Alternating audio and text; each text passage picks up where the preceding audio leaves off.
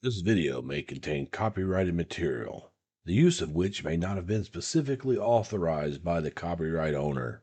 Under Section 107 of the Copyright Act of 1976, allowance is made for fair use for purposes such as criticism, comment, news reporting, teaching, scholarship, education, and research. Fair use is permitted by copyright statute that might otherwise be infringing. Giving attributes to the following content. You can see Mystery Maverick on YouTube. Her name is Tara. She's from the UK. She's well versed and educated. She might be worth listening to. We'll see about that. He said as he went inside the family room, he saw excessive amounts of blood on the carpet and a young boy laying face up at the far side of the room and a coffee table, quote, knocked ajar. This was around 6:11 a.m. in the morning, by which point Devon's body had been left at the crime scene in the rising heat for over 3.5 hours already. This is not only disrespectful and distasteful, but every hour that passed meant that vital DNA evidence was degrading and possibly.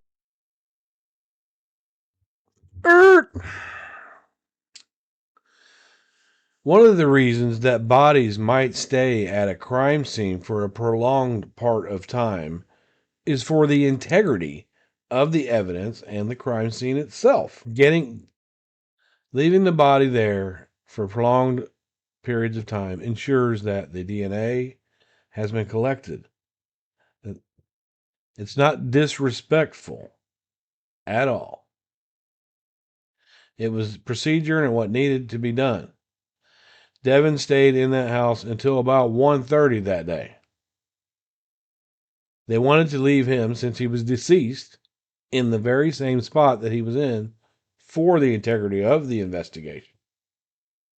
He was already gone, but him laying there might have been able to tell us something. So they studied everything around him, and then they removed him. There was not disrespectful at all.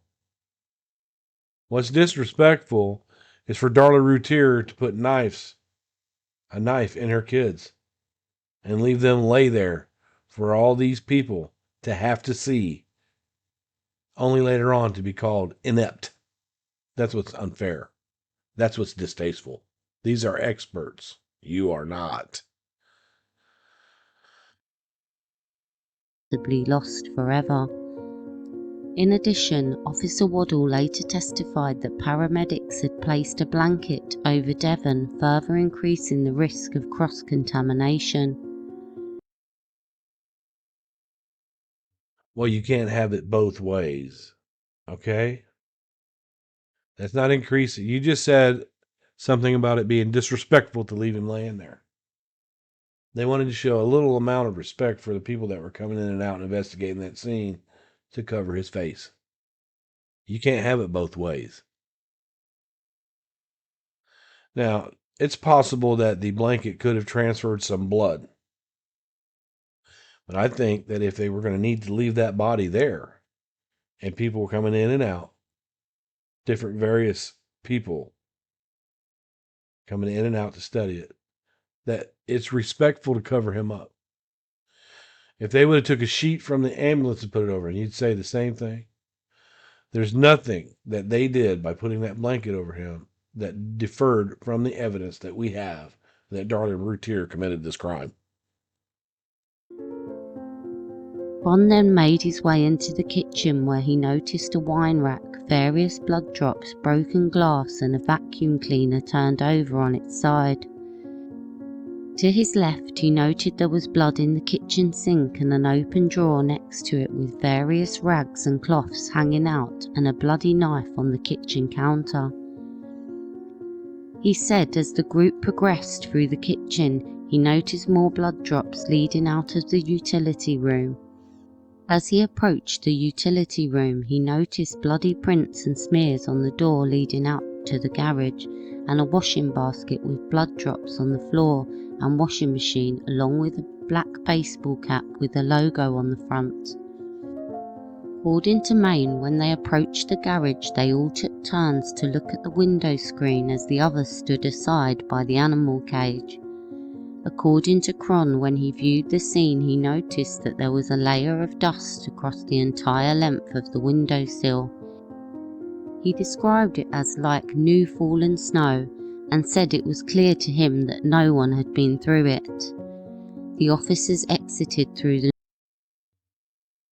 As I'm reviewing James Cron's testimony for accuracy, I came across this part right here that we were discussing in the groups. A T cut, just like a T, that would leave two flaps on each side. One of the determining factors for James Cron that no one went out that window, the out part, was that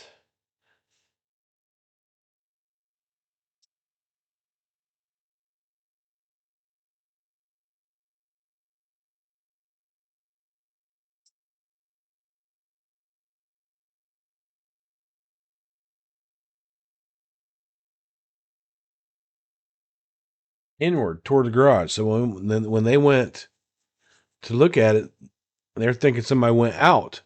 You would expect those two flaps to be facing, going outward towards the yard. They didn't have a lot of wind. They didn't have hardly any wind. If it was left in a position as if somebody had came in it, with the two flaps from the T-cut coming to the inside. But that's not what this video is about.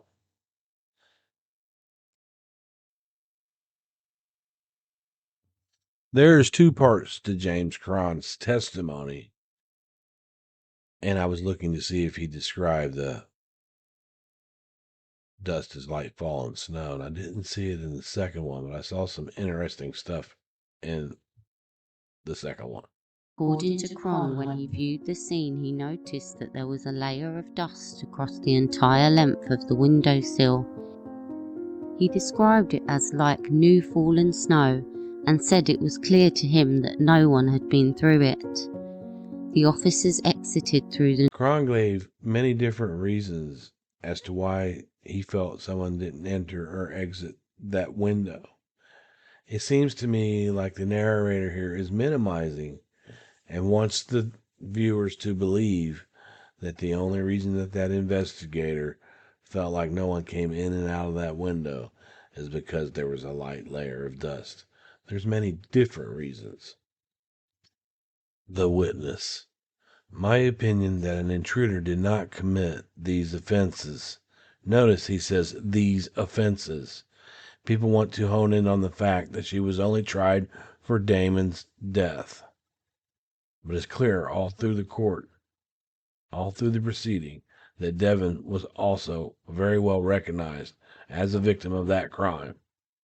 These offenses was based on the entire scene, not one object or item. It was based upon the point of entry. Starting there, there were no signs of entry or exit from somebody coming in at night from the outside. The type of cutting on the screen is inconsistent with the average or the known ways to enter. Cutting screens. This is all common sense. The screen will pull out very easily. The cuts were not by the two latches at the bottom where the cuts normally are when the screen is removed. The dust on the sill. Criminals normally are not concerned with their footprints or heel prints or cloth prints from their clothing. They are not aware that we can make, weave, and cloth pattern comparisons. So anyway, there wasn't any signs that I could see of any entrance or exit. There's no blood trail through the garage. I didn't expect to find a lot through there on the initial entry of an intruder. And then he goes on for more reasons why Darlie committed the crime. We're going to move on from that. Room and walked back around into the hallway. Maine said he was then directed to begin photographing the crime scene. He began by photographing the hallway before proceeding to photograph various parts of the family room. Cron said he made his way around the house to the backyard, looking in flower beds and bushes as he went. He checked the areas of mulch in the backyard and found it strange that it had not seemed to be disturbed. He looked at the exterior of the fence and Cron never said that he thought it was strange that the mulch had not been disturbed. He felt like that the quickest way for the intruder to exit was through that mulch. But he didn't say it was strange. He was looking at it, though. he did notice that you could see through the blinds covering the sliding glass door into the interior of the family room. However, he felt the evidence he was seeing was inconsistent with what he was being told by the Rowlett police officers. In what would go Okay, notice what she just said. He said the evidence didn't match what he was being told by the Rowlett police officers. And what the Rowlett police officers were telling him was that she said this man came in and attacked her and took off. So it wasn't Cron that came up. They said he went through there and made that decision without even looking at the evidence. He did. He got a report of the evidence from the officers that were there before him. He got a report of the story. Let's put it that way. He got that. He's expecting to find an intruder and evidence of an intruder based on the story that he was told by the Rowlett Police Department that was reiterated to them by Darlie Routier herself. It's not James Cron that walked in there in 30 minutes and said, "Hey, somebody had been in here." But he saw it rather quickly. Rather quickly. And he worked that scene 9.5 hours that day. And it didn't change. family room. However, he felt the evidence he was seeing was inconsistent with what he was being told by the Rowlett police officers. In what would go down in history as the quickest crime scene analysis ever conducted on the planet, Cron stated within... I paused it there because I wanted to stop and show the maximization that Darlie Routier supporters use. There is no official record for the fastest crime scene investigation, as it depends on the type of the crime and available resources. But the process can be sped up with technology like rapid DNA testing, which can yield results in about 90 minutes for identifying a suspect. While a simple case like burglary might take a little of an hour for basic examination, complex cases like murders can take many hours, days, or even longer, and the initial documentation of the scene can vary widely. Tom Bevel was out back and forth out of that scene until November.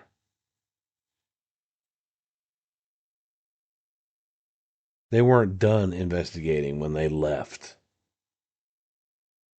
Factors that affect the duration of a crime scene investigation: the nature of the crime, resources, the number of people available, because they couldn't have a lot of people in and out of that house,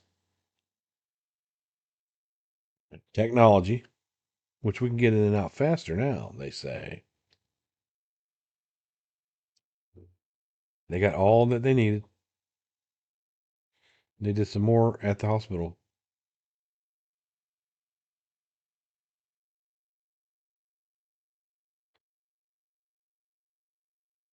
A typical murder scene can take 8 to 10 hours, but it's not uncommon for it to last 30 to 35 hours or days, depending on the complexity.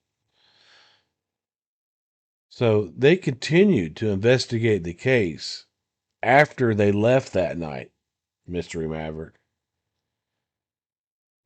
I want to make that clear. But she says it will go down in history as the, fastest crime scene investigation. So I looked up what was the fastest crime scene investigation ever done.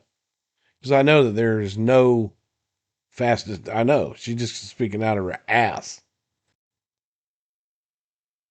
20 to 30 minutes of the crime scene walkthrough, he knew that there was no intruder. He did notice that you could see through the blinds covering the sliding glass door into the interior of the family room. However, he felt the evidence he was seeing was inconsistent with what he was being told by the Rowlett police officers. In what would go down in history as the quickest crime scene analysis ever conducted on the... Now, do you note how she says this? What would go down in history as the fastest crime scene investigation conducted? Where did you get that from? Where did you get that statistic from? The murders happened at 2:30. They were already there 4 hours and some change before Cron got there. He stayed on the scene for 9.5 hours. And he came back to the scene. Then we had Tom Bevel come in, Max Courtney. We had people come in after they left for the hospital to continue conducting an investigation. But that's how they do things. It'll go down in history as that, though. Planet. Cron stated within... Yeah, where do you get those statistics from? 20 to 30 minutes of the crime scene walkthrough, he knew that there was no intruder. He said it didn't. He said it within 20 to 30 minutes that there was no intruder. He didn't say he knew. He said the evidence dictates to me that there's an inside job. Right? And what are you trying to give us evidence of today, almost 30 years later? You're still trying to give us evidence of an intruder. Cron's intuition wasn't that far off, was it?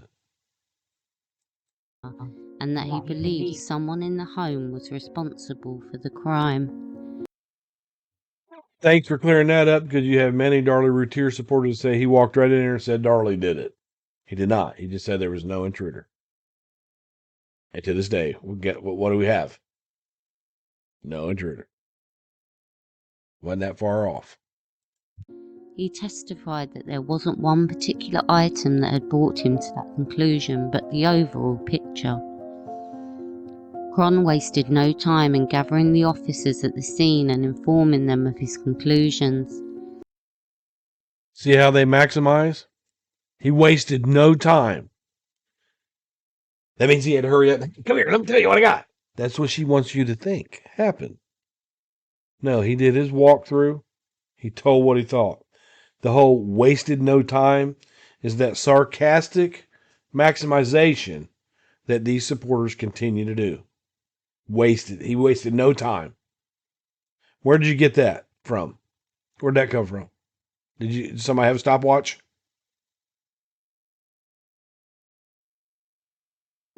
In an interview on True Crime Scene, Cron later stated, it began about 30 minutes and the Rowlett police did too, and we felt that there was no intruder.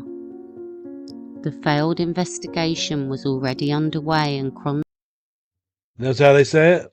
The failed investigation was already underway. They failed their investigation. They couldn't tell nothing. If they were there to find an intruder, then they failed. Because there was no intruder. They're successful. Chris Frost right here. David Neighbors, Grant Jack, Jimmy Patterson. I don't know these officers. I think that's Walling. I'm not sure. Cron's rush to judgment had now sent it hurtling down the route. How can you call it a rush to judgment when Tom Bevel was still working on that crime scene 9 months later? Well, in November. He was still working on it. Had been going back and forth. So you can't call it a rush. They were collecting They were going around the city of Rowlett with a long list of people that had been in trouble and comparing their fingerprints. A long list. I contacted one of them. Route of tunnel vision. Tunnel vision. They keep wanting to say tunnel vision, right? It is what it is. He walked in there and didn't see any sign of any intruder, as well as the other officers. There was other factors too, as well as the officers witnessing that there was no towel on Damon's back, like she said. The officers that saw her stand right here while everybody else was helping. The fact that Darren had to run across the street to get a nurse when asked why, he said, "Because I need help." This meant that evidence collection was then directed towards proving that theory, and any exculpatory evidence. Okay, if evidence collection was only done to prove that Darlie did it, then why did they tell us that hair that was in the screen was not Darlie's actually? Why'd they do that? They could have kept that, if they really wanted to make it look like Darlie, all they had to do is go upstairs and get her fucking hairbrush. That's all they had to do. If they wanted to frame her, it's that easy. Go get her hairbrush. Take a few hairs out of it, stick it in the screen. Case closed. But instead they worked, up until November, at least. That I know of, maybe longer. That's when Tom Bevel went in and looked for evidence of a knife drop. So they, instead of just taking 2 or 3 hairs out of her hairbrush or comb that was upstairs, whatever, wherever they're at, they always have hairs in them. It's like, man, we need to clean this up real quick. Instead of making the investigation go their way by lying and making up stuff, like you said, the whole long problem. Why don't they just nip it in the bud right away? We found her hair in the screen. She was out there fucking with the screen. Case closed. Or they could have pulled some fibers off that screen, threw it in a knife block, put it in there. Right? If they just wanted to close the case. Evidence of an intruder was subsequently ignored. There was no evidence of an intruder to ignore.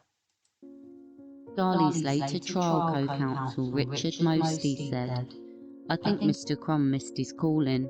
What he should be is a psychic reader. He was out there 20 minutes on the scene, and he's already solved the case." He didn't say he solved the case. Right? How long did they talk to Darlie before they decided she was innocent?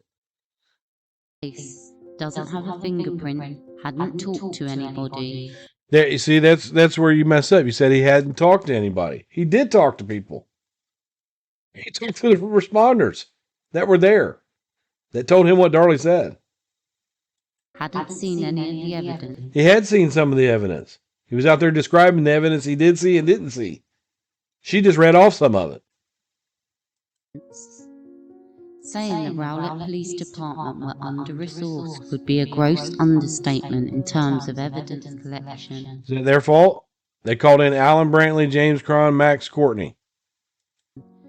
Evidence was moved before the scene had been documented. No, that's not correct. That's not correct at all. Some things have to be moved, though.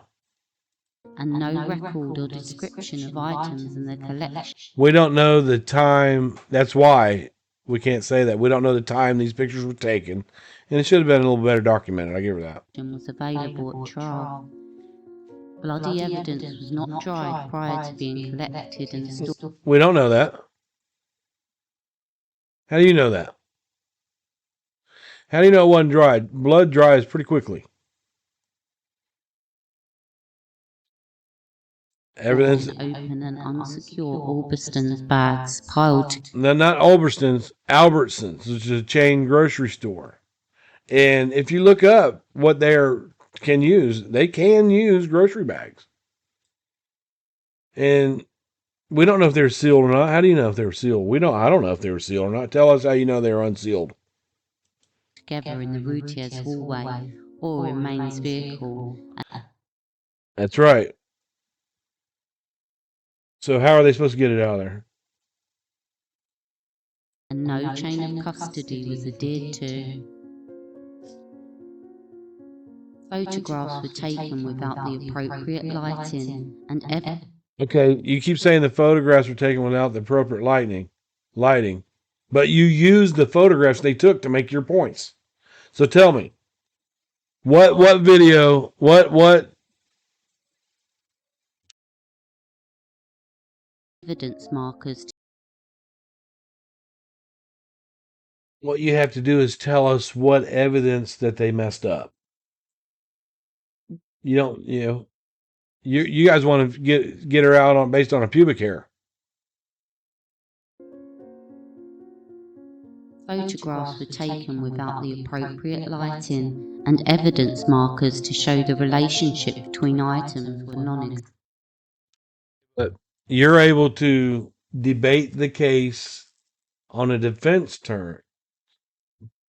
terminology based on what they've done, right? You're able to see that Darlie's clearly innocent, right? Based on what they've done, based on their investigation, not yours. Bloody evidence was moved around the scene and there was a failure to document where they had originally been. Officer Main later admitted at trial that he took no logs of the photographs and could not tell which photo was taken when and what order they were taken in. That's right. And or if items had been moved before or after they were taken. Main found folders at the end of the couch Darlie had slept on. He took a pillow that was on the floor in the family room, taking the paperwork out of the folders and placing them on the couch on top of the pillow. A lampshade next to where Darlie had slept had been moved several times. In one photo, it had been knocked down onto the sofa, and in another, it had been moved back up. Right. Yeah, that's what you do when you investigate. You have to move things around. But tell us how any of this that you're talking about, they moved some stuff around to investigate and they didn't document this and that. Understandable. But tell us how any of that shows us that Darlie didn't do this. You're looking at faults on them. You're pointing at everybody else but Darlie. Main claimed that he had knocked over the lampshade when retrieving the files beneath it. Okay, so he was honest about knocking it over, right? But they're trying to set her up. But he was honest about knocking it over, and they were honest about the blonde hair, right? The plastic runner that lay over the entryway and covered the carpets of the family room was gathered up in one picture and straightened back out in another. Yeah, they do that because of the blood. They want to look at the blood that's on it. They have to open it all the way up. Yeah. In addition, Main would take it upon himself to make his own determinations about the value of items of evidence in its collection. Decisions that should have been made and directed by the lead investigator. No. It can be made by any one of them in there. Sergeant Walling. He's a sergeant. He could do. Look, you're looking at little minute things. You're not looking at anything that tells us Darlie didn't do this. The crime scene coordinator. All around the crime scene were bloody towels and rags, which Main claims to have collected, quote, many.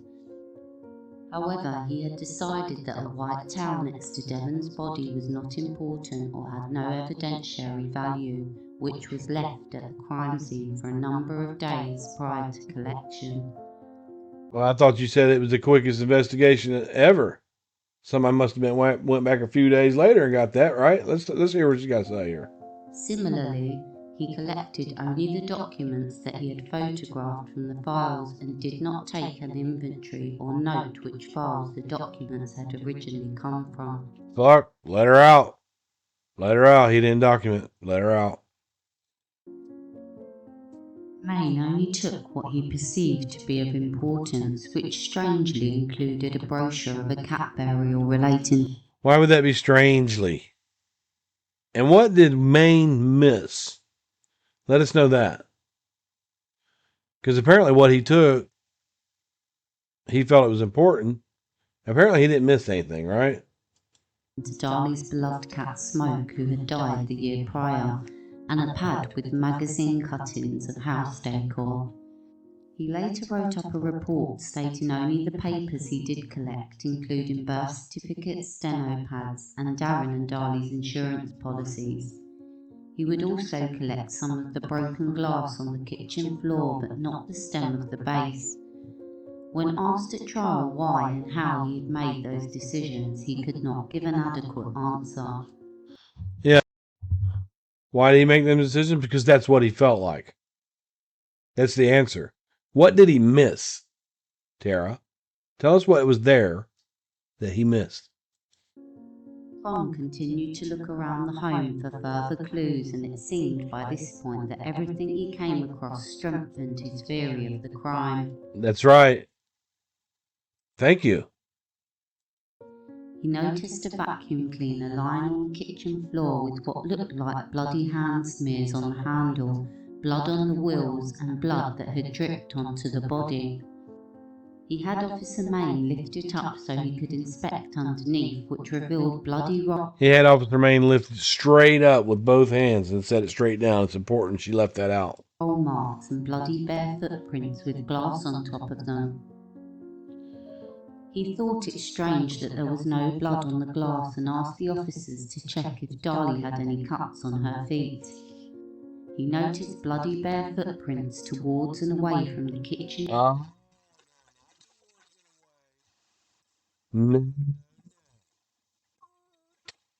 There's only footprints going away. There are none going towards the sink. I'm going to stop that right there for a minute. Okay, consider this.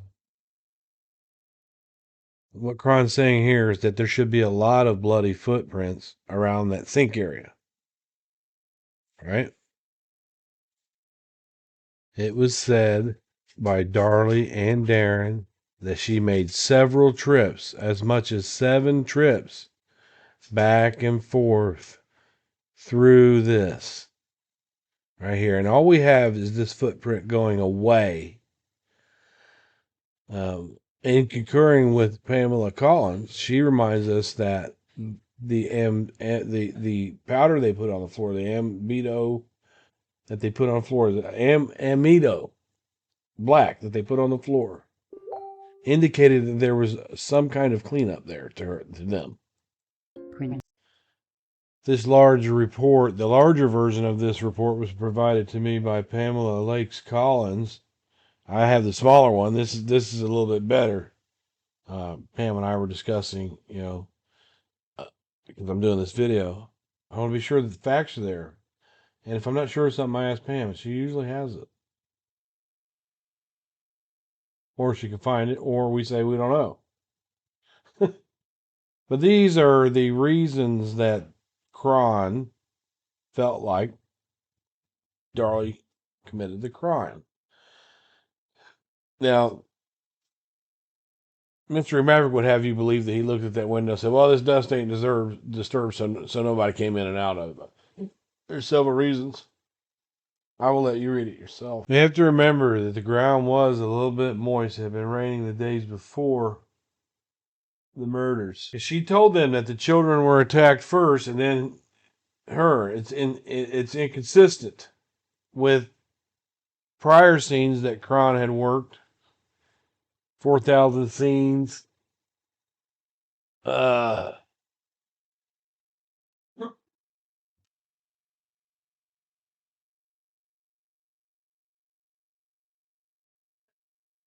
Killing 2 children, then leaving an injured adult witness is inconsistent with an attack by an unknown intruder. This intruder, came in there with intentions to kill. Now, he has to know that Darlie's up behind him. Drops his knife for no reason. Why doesn't he just turn around and finish the job? That's what he was there to do, was kill. Right?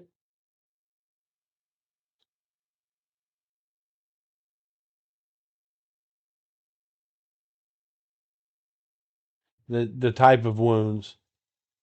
We went through that with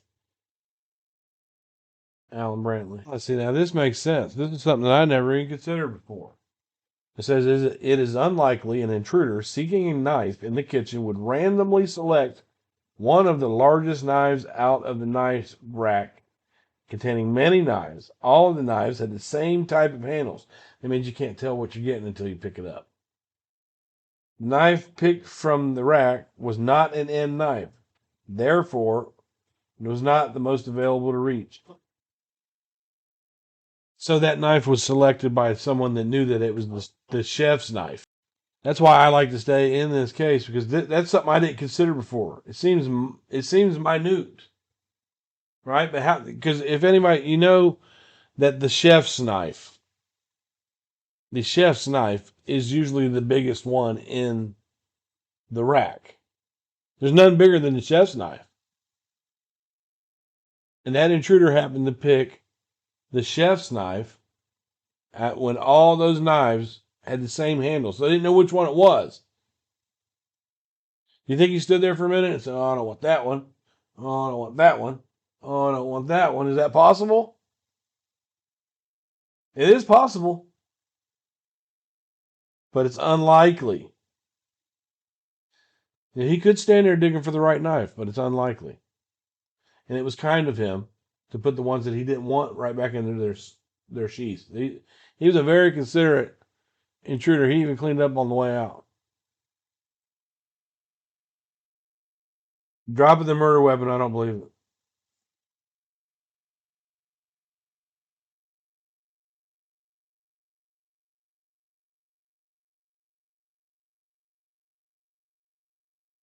Right. They were in plain view and they didn't take them, and Danelle will tell you that they were not in plain view. That, so the intruder could come up. He's saying that the way that the blinds were up, you could just look right in there and see that there were people in there. Right? So if you just wanted to steal some things and didn't want to run into any people, if you saw that, you just climb back over the fence and get the fuck out of there. If you were there to kill Darlie, she would be dead.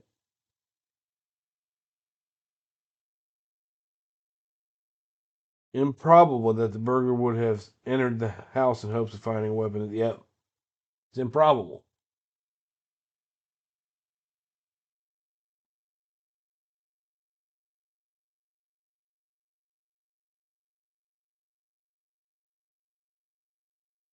That's right. If someone is getting defense wounds on their hands are moving. So that means he expected to see it on the walls, on the ceiling even, but there just wasn't. Yeah.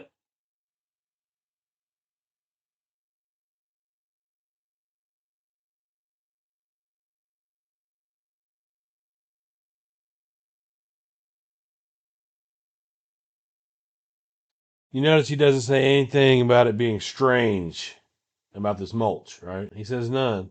There should be a lot. That's right. The majority of the bloody barefoot patterns on the kitchen floor were transfer patterns.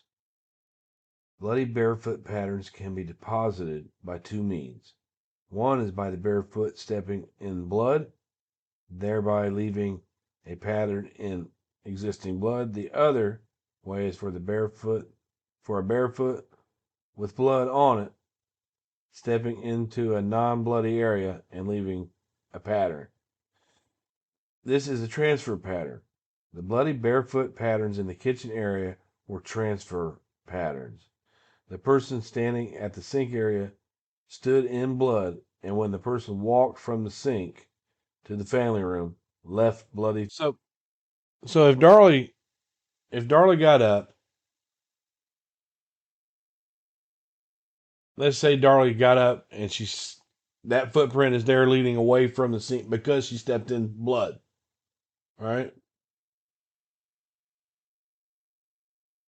You would assume that if the intruder was in the same path with Darlie, see, you would assume that her footprint is there because she stepped in a pile of blood and then she went to the sink, right? She chased the intruder.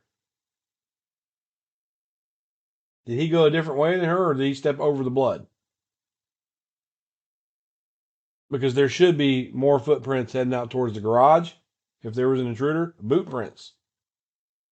If Darlie's foot can leave one in by that kitchen sink, how come the intruder couldn't left one going out the kitchen?